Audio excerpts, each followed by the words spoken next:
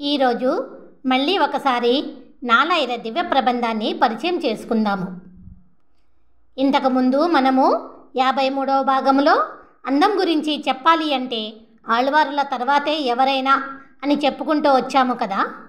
అంతేకాదు, అమ్మాయిలను వర్ణించాలి అని అన్నా, ఆ భగవంతుడిని వర్ణించాలి అని అన్నా, నదుల గురించి చెప్పాలి అని అన్నా, గుడుల గురించి చెప్పాలి అని అన్నా, ఏదైనా సరే ఆ ఆళ్వారుల తర్వాతే అని అంటూ చెప్పుకుంటూ వచ్చాము కదా అండి.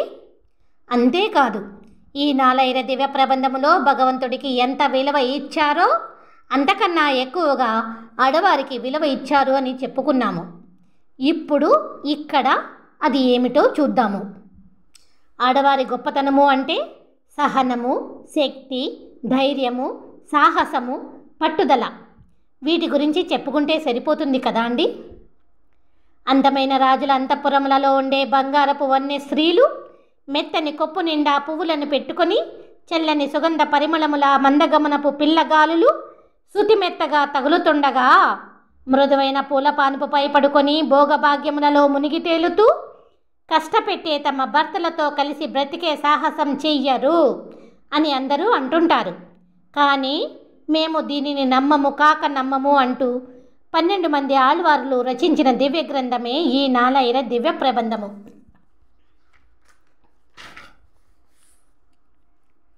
తండ్రికి ఇచ్చిన మాట గురించి కీర్తి నిండిన రాజ్యమును వదిలిపెట్టి బ్రతిమాలుతున్నా పట్టించుకోకుండా ఆడిన మాట తప్పని రణరంగ పరాక్రముడు ఆ శ్రీరామచంద్రుడు. భూత ప్రేత పిశాచములు తిరిగే భయంకరమైన అడవిలో, కోపముతో మండే సూర్యుడు కురిపించే ఎండవేడిలో, సుడిగాలుల మంటలు సెగలై ఎగిసిపడే ఎండ మావుల ఎడారిలో, ఖళఖళమని మండుతున్న నిప్పు రవ్వల రాళ్ళు కాళ్లను వెదురు కమ్ముల వలె చీల్చుతుండగా, దూది వంటి శుతిమెత్తని మృదువైన పాదములతో రాజైన భర్త శ్రీరామచంద్రుడి వెంట ఆ వైదేహి, సహనమూర్తి అయిన సీతమ్మ తల్లి, దేవతామూర్తి అయిన ఆ జానకీదేవి మెల్లని హంస నడకలతో ఆ శ్రీరామచంద్రుడి వెంట వెళ్ళలేదా అని అంటూ ఆళ్వారులు ఆడవారి సహనం గురించి ఎంత గొప్పగా చెప్పుకుంటూ వచ్చారో చూడండి. ఆకాశములోని దేవతలందరూ చూస్తుండగా, ఈ 7 లోకములలోని పర్వతములు, నక్షత్రములు, అన్ని దిక్కులు తన చుట్టూ తిరుగుతుండగా 1000 చేతులను చాచి కడియపు కాళ్ళు పైకి కిందకి కదుపుతూ నిప్పురవ్వలను చిందిస్తూ శివతాండవము చేసే భస్మధారి గురించి, కదలని హిమాలయముల పర్వతరాజు పుత్రిక పార్వతీదేవి ఎర్రని పెదవుల మధ్యన అందమైన పలువరసలు మెరుస్తుండగా, వయ్యారపు నడుముతో మెరుపు తీగవలే నడిచే దేవకన్య ఉమాదేవి తన పంచేంద్రియములను అదుపులో పెట్టుకుని తాను కూడా జటాజూటధారి అయి భయంకరమైన తపస్సు చేసి ఆ శివుడిని చేరలేదా అంటూ ఆడవారి శక్తి గురించి అద్భుతముగా చెప్పుకుంటూ వచ్చిన దివ్య గ్రంథమే నాలాయిర దివ్య ప్రబంధము. ఎర్రని పెదవులు, నల్లని కన్నుల మెరుపుతీగ వేగవతి అనే కన్య తన ప్రియమైన ప్రాణనాథుడిని చేరాలి అని దృఢభుజములు కలిగిన అన్నతో యుద్ధము చేసి మన కళ్ళ ముందే తన భర్త చెయ్యి పట్టుకొని అతని బంగారు మేనుని స్వీకరించలేదా అని అంటూ ఆళ్వారులు ఇప్పటి రోజులలోని ఆడవారి ధైర్యాన్ని గురించి ఎంత ధైర్యముగా చెప్పుకుంటూ వచ్చారో చూడండి. ఇంద్రుడిని ఓడించిన హిరణ్యరాజు, అసురులలో అద్వితీయ బలవంతుడు అయిన బాణాసురుడి కూతురు, గొప్ప గొప్ప మహిమలు తెలిసిన అపురూప సౌందర్య రాశి ఉష, తులసి మాలలను ధరించిన రత్నపు కొండ శ్రీకృష్ణుడి కొడుకు అనిరుద్ధుడిని తన యోగబలము చేత తీసుకొని వచ్చి తన మందిరములో ఉంచుకొని సుఖపడలేదా అని అంటూ ఆడవారి సాహసాన్ని గురించి ఆళ్వారులు ఎంత బాగా గుర్తు చేస్తున్నారో చూడండి. నాగరాజు గారాల ముద్దుబిడ్డ ఉలూచిక సిగ్గు బిడియము అన్నీ విడిచిపెట్టి గంగానది ప్రవహించే ఐశ్వర్యవంతమైన స్వర్ణమయ రాజ్యములో కాంతి వేగముతో కదలాడే పొడవైన కత్తులు ఉన్న కురువంశములో ముఖ్యుడైన అర్జునుడే తనకు తగిన వరుడు అని చెప్పి తన తండ్రిని ఒప్పించి పెండ్లాడి అతనితో సుఖపడినట్లు మహాభారతమున మనము వినలేదా అని అంటూ ఆడవారి పట్టుదల గురించి ఆళ్వారులు రచించిన దివ్య గ్రంథమే నాలాయిర దివ్య ప్రబంధము. ఇదండి ఆడవారి సహనము, శక్తి, ధైర్య సాహసములు, పట్టుదల గురించి ఆళ్వారులు చెప్పిన సంగతులు.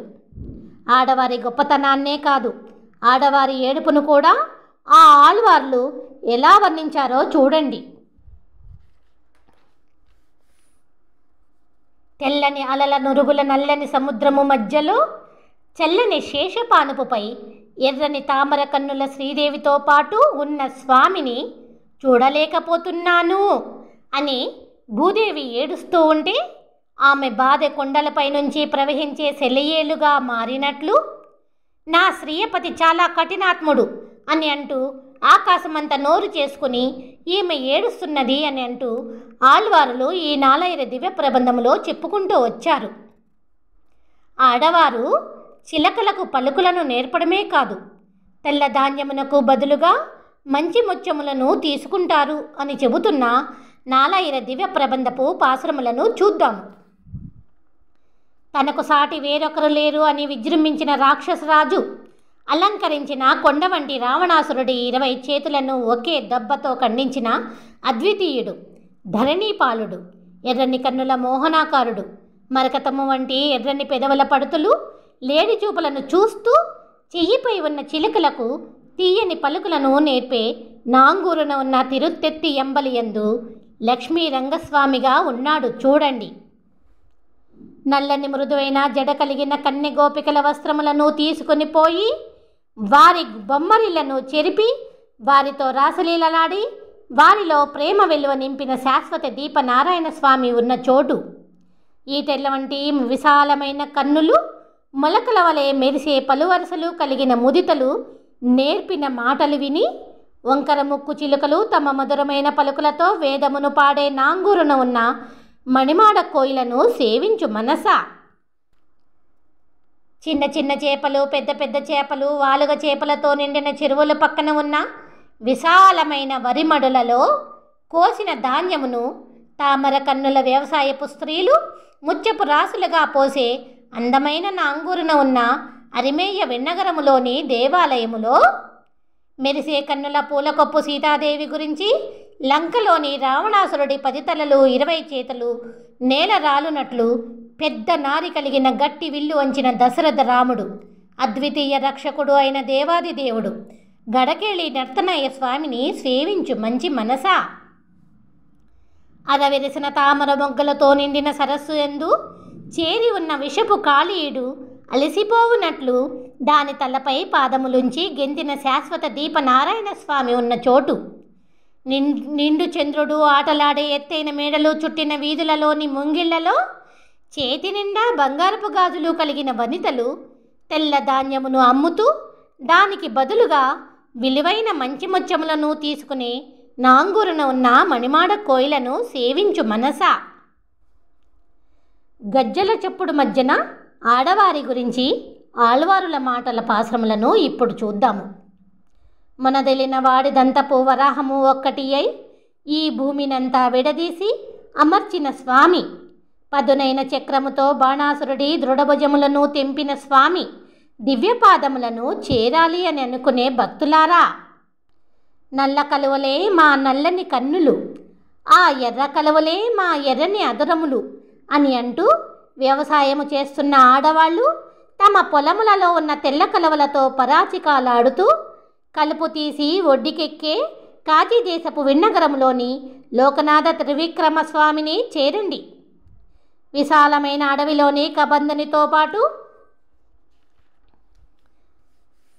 మహాబలవంతుడు అయిన పచ్చని కన్నుల ఎర్రని ముఖపు వాలి చావగా, బలమైన చేతుల క్రూరమైన కన్నుల విదారుడు చచ్చునట్లుగా విల్లు వంచిన నిత్యసూరీనాథుడి దివ్యపాదములను చేరాలి అని అనుకునే భక్తులారా, కొండల వంటి ఎత్తైన మేడలపై మధ్యల నడుముతో కమలముల వంటి కన్నులు కలిగిన చంద్రబింబము వంటి ఆడవారి ముఖమును చూసి చల్లని చంద్రుడు అసూయపడే కాశీదేశపు విన్నగరములోని లోకనాథ త్రివిక్రమ స్వామిని చేరండి. అందమైన చిన్న చేతితో 3 అడుగులు ధారగా పట్టి గంగా ప్రవాహపు దారులతో బ్రహ్మదేవుడు పూజించినట్లు పెద్దగా కాలును చాపి దయచూపిన శ్రీకృష్ణుడు పురుషోత్తముడై నివసించే చోటు. ఎదలయ్యలను గోగు పువ్వులు ఎర్రని కలవులు పెదవులను చూపుతుండగా పెద్ద తామర పువ్వులు, అందమైన పడుతలను ముఖమును చూపించే నాంగూరున ఉన్న వన్ పురుషోత్తముడమే. గొడవపడే హిరణ్యకశ్యపుడి వక్షము రక్తము కారునట్లు చీల్చిన నారసింహుడు, బలమైన అశ్వమును చీల్చిన పురుషోత్తముడు వచ్చి నివసించే చోటు. అందమైన యువతులు బంతితో ఆడుతుండగా వారి చేతి గాజులతో పాటు వారి కాళ్ల గజ్జలు లయబద్ధముగా ధ్వనించి నాంగూరున ఉన్న వన్ పురుషోత్తమమే. సరస్సులో ఉన్న కాళీయుడి పడగలు విరిగినట్లు మెరుపు వేగముతో నాట్యమాడి బాధ పెట్టిన శ్రీకృష్ణుడు ధనుష్బాణ రామయ్యగా కొలువై ఉన్న దేవాలయము. పడగల సర్పము వంటి సన్నని నడుము కలిగిన అందమైన రమణులు చేసే నాట్యపు సవ్వడి అలవోకగా ఆకాశమున నిలిచి వినిపించే తిరువెల్లయ్యం గుడిలో ఉన్నది. శాంతమూర్తి అయిన యశోదాదేవి వలె రాక్షసి పూతన వచ్చి బంగారపు గాజుల చేతులతో పెంచిన తల్లి వలె పాలు ఇవ్వగా, ఎవరు ఇష్టపడని విషపు పాలను చక్కగా తాగిన చంటి బిడ్డడు, ఎర్రని కన్నుల మోహనాకారుడు ఆ శ్రీకృష్ణుడు. వరి వెన్నెల మధ్యన నల్ల కలవలపై వాలిన తుమ్మెద రక్కల చప్పుడు విశాలమైన కన్నుల కన్నెల కాళియందుల చప్పుడుతో కలిసి వినిపించే నాంగూరున ఉన్న తిరుతెత్తి ఎంబలియందు లక్ష్మీ రంగస్వామిగా ఉన్నాడు చూడండి.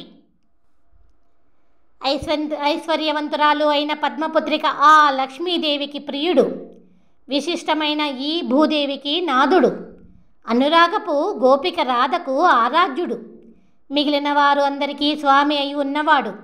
పంచపాండవుల గురించి దూతగా వెళ్ళి నోటి మాటలతో సహాయపడిన స్వామి, నా తండ్రికి తండ్రి అయిన నా స్వామిని వెంకటకృష్ణస్వామిగా ఈ తిరువళ్ళిక్కేలిలో నేను చూశాను అని అంటూ ముగ్గురు అమ్మవార్ల గురించి చెప్పుకుంటూ వచ్చిన ఆళ్వారులు, ఎర్రని పగడపు అదరపు అమ్మాయిల్లారా, చల్లని పాలకడలిలో అమృతముతో పాటు పుట్టిన లక్ష్మీదేవి వంటి స్వభావము కలిగిన దేవకీదేవి, పూలకప్పు కలిగిన యశోదాదేవికి పంపిన ఈ ముద్దు బిడ్డను పట్టుకొని తనివి తీరా చూసి ముద్దాడండి అని అంటూ ముగ్గురు ముదితలను ఒకటే పాసములో చూపించిన ఘనత నాలాయిర దివ్య ప్రబంధాన్ని రచించిన ఆళ్వారులదే. అంతేకాదండి, ఈ భూలకపు స్త్రీల గురించి చెప్పుకుంటూ వస్తూ ఆ భగవంతుడిపై అభిమానము విరహమవ్వగా ఆ విరహపు వేదనతో బాధపడుతున్న యువతి ఎంత అలసిపోయినదో అంటూ ఆళ్వార్లు చెప్పిన పాశ్రములను ఒక్కసారి చూద్దాము. రంగురంగుల పూల శోభలతో నిండిన అందమైన పూల తోటల మధ్యన ఉన్న నిండు నీటి సరస్సులలో నిండి ఉన్న తామరల వంటి కన్నులు కలిగిన శ్రీకృష్ణుడితో పాటు ఉండే దేవలోకపు దేవతలకు సరిసమానమైన మనస్సు కలిగిన ఓ భూలోకపు స్త్రీలారా, పాపాత్మురాలిని అయిన నేను నా స్వామిని వెతుకుతూ దారి తప్పి ఈ తోట పక్కకు వచ్చాను. మీరు కావలి కాస్తున్న ఈ తోట పక్కన దారి నా స్వామి చెంతకు చేర్చేదేనా అని అంటూ ఆళ్వార్లు రచించిన దివ్య గ్రంథమే నాలాయిర దివ్య ప్రబంధము. మంగళకరమైన భగవంతుడినే కొడుకుగా కన్నా మణిదీపమా, శ్రీలోకమునకే మాణిక్యమై ఉన్న కులదీపమా, బాధపడే వారిని చూసి లేత చిగురు వలె వాడిపోయే మెత్తని మనస్సు కలిగిన ఓ యశోదాదేవి, ఆకాశమంత ఎత్తు ఎదిగి 3 అడుగులతో ముల్లోకములను కొలిచిన త్రివిక్రముడి కళ్యాణ గుణములే మాకు జీవనాధారము. ఆ స్వామి దర్శనమునకై పరితపిస్తున్న మా మనసులోని బాధను అర్థం చేసుకొని ఆ స్వామి మంగళకర సుందర రూప దర్శనమును మాకు ప్రసాదించు తల్లి. కొండను ఒకదానిని ఎత్తి వర్షపు బాధ నుండి గోవులను గోపాలకులను కాపాడిన గరుడు గమనుడు, గుండ్రని తులసి పువ్వులను ధరించిన స్వామిపై మనసు పడిన నేను అరచెయ్యంత చేప అటు ఇటు తిరగగలిగే పెద్ద పెద్ద విశాలమైన కన్నులలో నీరు నింపుకొని ఆ స్వామిని చూడాలి అని అనుకుంటూ చెప్పరాని విరహపు బాధతో తిరుగుతుండగా, అయ్యో నా చేతి అందమైన గాజులు ఏమీ అయ్యనో, అమాయకమైన మంచు మనస్సు నాది అని అనుకుంటూ మీరు మీ మనసును నమ్మి ఆ స్వామి వద్దకు దూతగా పంపకండి.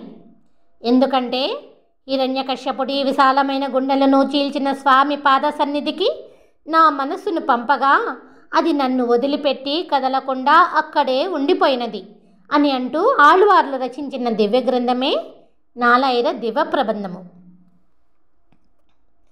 మందర పర్వతమును కవ్వమ్ముగా చేసుకుని వాసుకిని త్రాడుగా చుట్టి దేవతలకు అమృతమును పంచి ఇచ్చిన సముద్రము అలసిపోయి ఘోషిస్తున్నట్లుగా గాజుల శెట్టికి డబ్బులిచ్చి చేతుల నిండా గాజులు వేయించుకున్న ఈమె ఆ మాయాలోలుడి తేనె నిండిన తులసిపై మనసు పడి తన ప్రాణముల మీదకు తెచ్చుకొని బాధతో అరుస్తున్నది అని అంటూ ఆ స్వామి గురించి పడుతున్న తాపత్రయమును చాలా చక్కగా వివరించుకుంటూ వచ్చారు. ఆళ్వారులు ఎవరూ కూడా ఈ నాలాయిర దివ్య ప్రబంధములో సంసారమును వదిలిపెట్టమని ఎక్కడా చెప్పలేదు. ఎవరు ఎలా చెప్పినా చెడ్డ పనులు చెయ్యకుండా, చెడు ఆలోచనలు రానియకుండా మనసును నిగ్రహించుకుని ఆ భగవంతుడిని ధ్యానించుకోమని మాత్రమే చెప్పారు. బృందావనములోని పుణ్యశ్రీలు అయిన గోపికా రమణులు తమ తమ ఇంటి పనులు, భర్త, పిల్లల, కుటుంబ విధులను పూర్తి చేసుకొని కాసుల పేరు వంటి బంగారపు ఆభరణములతో అందముగా అలంకరించుకొని అందమైన తమ జడలో పువ్వులను సింగారించుకొని కవ్వముతో పెరుగును చిలుకుతూ చేసే చప్పుడు మీకు వినబడడం లేదా? ఆ భగవంతుడి యొక్క స్వరూప రూప గుణ విభూతులను అర్థవంతముగా తెలుసుకొని మన మనసులో నిండుగా ఉంచుకొనడమే ఆ గోపికలు చిలికే పెరుగు. ఆ విధముగా తెలుసుకున్న పెరుగును భగవంతుడికి సంబంధించిన జ్ఞానము అనే కవ్వముతో ఆ భగవంతుడికి ఇది ఇష్టము, అది ఇష్టము అనే త్రాడును కట్టి చిలకడం వలన మనము ఏ పని చేస్తున్నా అది ఆ భగవంతుడికే చెందుతుంది